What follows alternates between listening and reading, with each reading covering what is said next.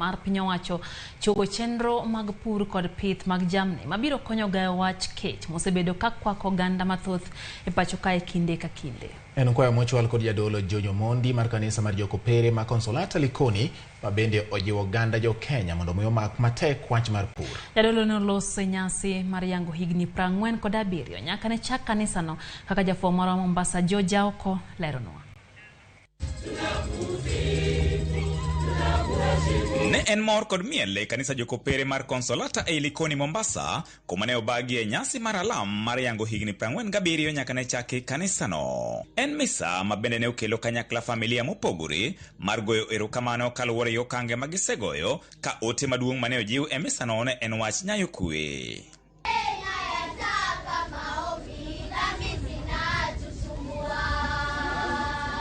Father George Omondi mane otelo ne nyasino ne okoni en midhiero ni sani kech okwako gwenge mathoth e pacho ka bende okoni dwaro nitiere mar piny owacho keto chenro mabiro jiwo yuto mag chiemo. Wabed joma tiyo matek. Chiemo ni e lowo ma Nyasaye omiyowa nono. Wabed jok moko piny tindo lokore ni mondo ng'ato chiem nyaka odhi e supermarket. Wang'i ane wach mar pur.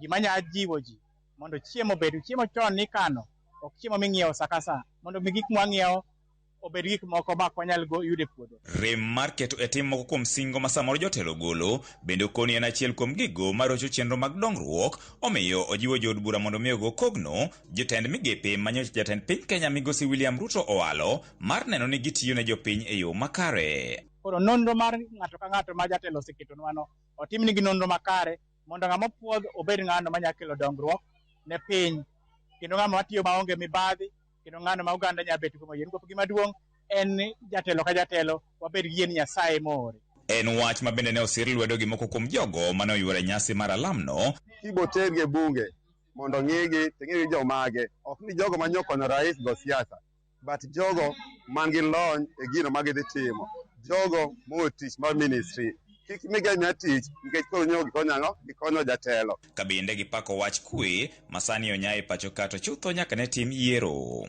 Kama kwe nitiere ema Nyasaye nitiere.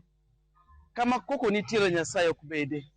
Koro akwaya jotendwa duto te ni ka giyie to mondo giriwa kanyakla achiel mondo wabed gi kwe. Adwoko ne Nyasaye bero kamano kuom odiochieng' ma kawuono kuom dongruok mosekele kanisa wani kuom jokristo momedore. Kawuono wan gi family day ineno ka wamor ji mor wang'ara dongi neno ka wajober. Oganda jo Kenya ne bende ojiw mondo mi okaw okang' mokwongo mar timo chenro makelo dongruok mar duoko chien dhier e kind oganda. Waket geno ahinya kuom gik ma inyisowa ni biro timnwa. Wan wawegi nyaka wawuog oko e dongruok ng'ato ka ng'ato nyaka to moloyo jotelo moyier nyaka wakel dongruok e gweng'wa kuma wadakie. Gimoro mar seche moko wawuoyo mang'eny to kwati ema osekelonwa chandruok kuonde kinde mang'eny. Omiyo kwayo mara en ni mae sa ma Nyasaye oseketo mondo ng'ato ka ng'ato ogo dhod chunye niya en ang'o minya timo to moloyo riwruok nya ketowa e yo machal nadi mondo wabed gi dongruok makamano. Nono to wabiro mana bedo jok maywak seche duto to ngimawa ok bi lokore ka wabet piny mwang'i gik moko manyalo gerowa kendo nyalo gero ogandawa e yo makare. George Aoko, Ramogi TV, Mombasa.